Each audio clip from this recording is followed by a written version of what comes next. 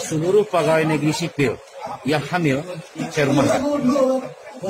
Pegawai negeri sipil 53 orang saya rumahkan. Karena ini sangat membahayakan.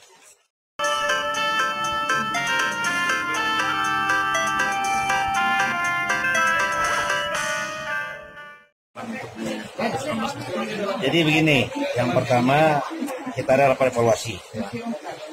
Ada beberapa kendala bagi kita, tolong rekan-rekan wartawan sampaikan ini.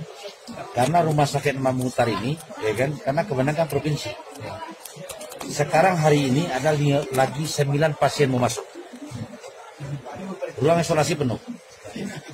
Sekarang sudah ada 9 dan mau masuk lagi hari ini 9. Kapasitasnya berapa, Pak? Ya, cuma 9 yang ada. Nah, kita butuh ruangan. Nah, butuh ruangan itu ada di rumah sakit Imam Mukhtar itu ruangan PAT, ruang paru. Ini mau dijadikan ruang isolasi. Bisa ditambah untuk 10 orang lagi. Ini baru hari ini 9. Kalau besok tambah 10 gimana ini? Kan persoalan bagi kita. Sementara rumah sakit Imam Mukhtar sudah ditunjuk adalah rumah sakit rujukan untuk COVID-19. Kendala kedua, APD. APD kita ini seluruh rumah sakit kosong. Bagaimana tenaga dokter, tenaga medis kita mau bekerja tanpa melindungi diri mereka? Ya kan? Nanti minta ke Padang itu pun kurang-kurang, tak cukup, ya kan? Yang kita di pemerintah daerah siap untuk itu, dan kalau ada orang menjual kami siap beli, kami siap menghibahkan kepada rumah sakit yang ada. Contoh sekarang tenaga kesehatan yang ada di rumah sakit Imam Mukhtar itu hanya memakai plastik biasa. Ini sangat berbahaya bagi mereka. Nah, pada hari ini saya perintahkan dinas kesehatan membeli mantel hujan dibahkan. Itu sementara. Tapi itu tidak cukup. Tidak cukup itu. Nah, ini yang membuat hanya adalah Surabaya. Dan kita sudah mengorder dan sampai sekarang pun belum dapat. Ini kondisi kita.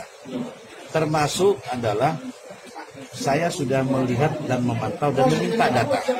Mulai pada hari ini, seluruh pegawai negeri sipil yang hamil saya rumahkan. Pegawai negeri sipil 53 orang saya rumahkan. Karena ini sangat membahayakan. Jangan korban ibu saja dan anak pun bisa korban. Saya sudah berkonsultasi dengan dokter kandungan yang ada di Bukit Tinggi. Terima kasih juga termasuk Dr. Firman Abdullah, ya kan? Dan mulai besok saya rumahkan, dan kalau pegawai negeri yang hamil itu punya jabatan, nanti tugas diberikan. Mulai besok. Berapa hari, Pak? 14 hari saya rumahkan dulu. 14 hari mulai besok, dan ini pun nanti kita lihat kondisi yang ada. Dan juga sampai pada hari ke-6 kami tetap melakukan penyemprotan. Tadi juga saya masuk minta ke dokter-dokter yang ada. Dokter juga menyarankan kepada kita supaya termasuk WC pun tolong disemprot Pak Wali. Semua akan tetap kita lakukan ke perumahan-perumahan segala macam. Termasuk juga ada beberapa orang pasien lari. Ini pun ada beberapa data yang belum dapat, yang dapat sudah ada, ya kan? Dan ini pun tentu juga jadi masalah bagi kita. Lari gimana maksudnya itu, Pak? Dari rumah sakit. Pasien gejala COVID ini, Pak? Ya, ini kan bisa indikasi seperti itu. Cuman kita mau memindahkan dari satu rumah sakit ke rumah sakit yang satu lagi ke Imam Mukhtar, dia lari. Harus kita cari. Yang jadi persoalan, ini contoh nih. Pak Kajari tadi sudah bicara. Banyak orang kita di Malaysia akan pulang. Ternyata di Kapau sudah ada beberapa keluarga dari Malaysia pulang. Ini belum terpantau, ya kan? Belum ada tindakan. Seharusnya kan dilakukan pemeriksaan, ya kan? Dipantau terus. Daerah ini termasuk daerah pandemi. Nah, ini baru sebagian. Nanti kalau berketerusan ini kan jadi masalah bagi kita semua ini, ya kan? Jadi inilah kita semua ini tidak bisa, kita tidak melimpahkan tanggung jawab dokter, tapi tanggung jawab rumah sakit tidak. Ini tanggung jawab kita bersama.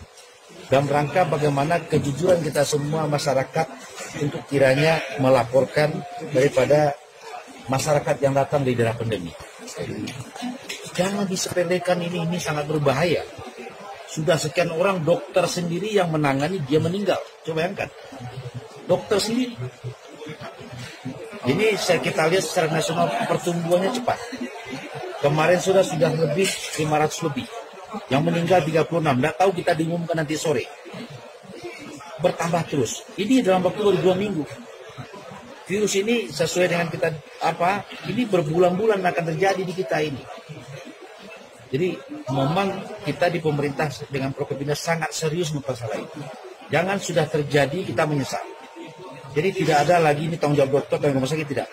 Semua kita bertanggung jawab soal ini. Pak, bagaimana penerapan social distancing ini masih banyak titik kumpul warga itu Pak, seperti itu Pak. Saya sudah putuskan tadi gitu, SK 4 turunkan, bubarkan.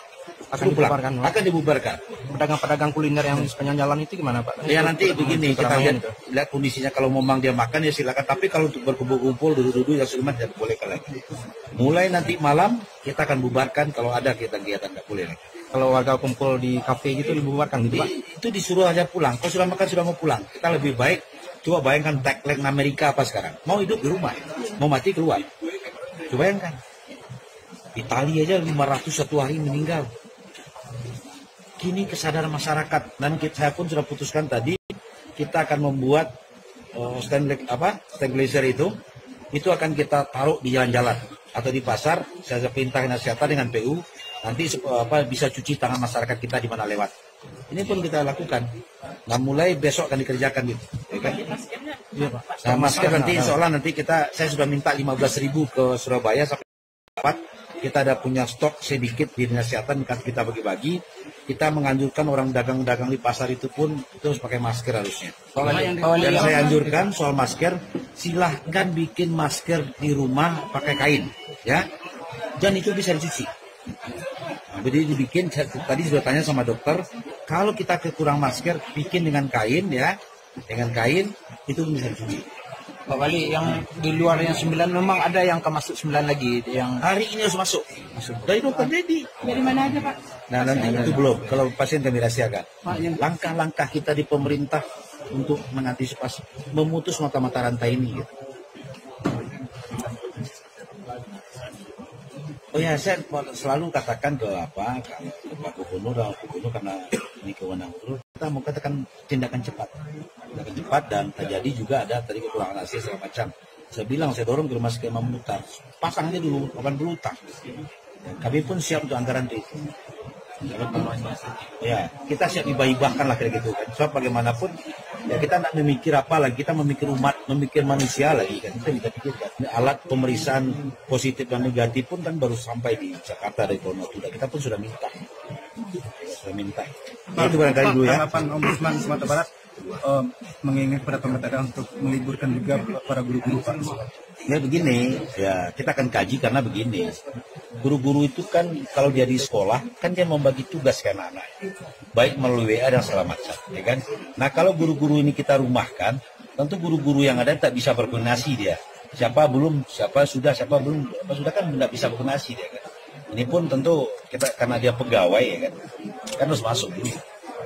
Untuk pengawasan orang dalam pengawasan ini, apakah medis juga dilengkapi OPD? Katanya belum mendapatkan alat untuk pemantauan orang-orang yang dalam pengawasan ini. Ya begini, dalam pengawasan ini sepertinya, misalnya saya dari Jakarta, berarti kan Jakarta itu kan daerah pandemi.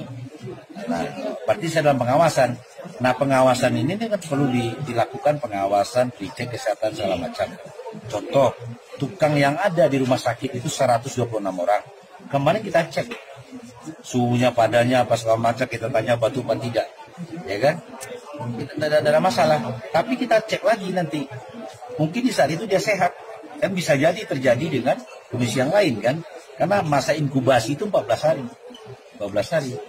Nah inilah semua pokoknya saya pikir keterbukaan kita masyarakat lah.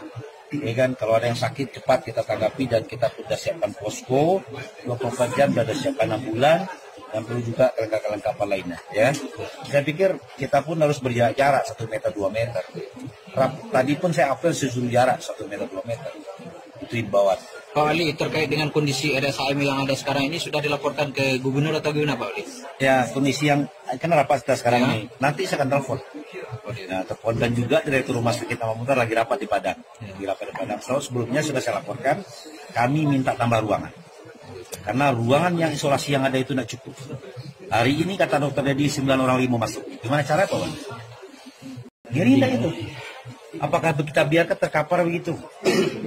Oke. Yang ada saat ini ada berapa Pak? Yang di dalam setengah 9. 9 ya. Contoh Sumatera Barat 29, yang baru keluar hasil 6. 9 itu dari mana aja, Pak?